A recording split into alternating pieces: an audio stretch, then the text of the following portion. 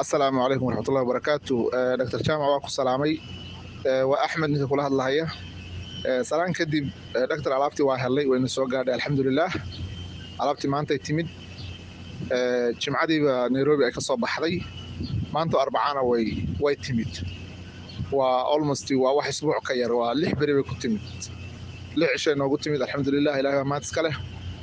Waa dareensannahay inay Soomaaliya ka soo baxday. Soomaaliyana wadan alaabta intii noocaas kale laga soo qaado diyaarad toos Mareykan u timaada iyo diyaarad toos u timaada Ingiriis iyo meel kale ma lahan.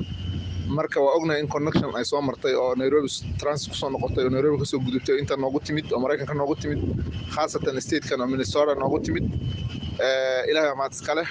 Alaabtu waliba ka hor bay noo imaan lahayd intaas laakiin customkay soo martay oo US customkay soo martay oo la soo baaray alxamdulilah waa soo gudubtay. Intaa kadib ilaahay maad iska leh marka xigtana ku mahad celinaynaa.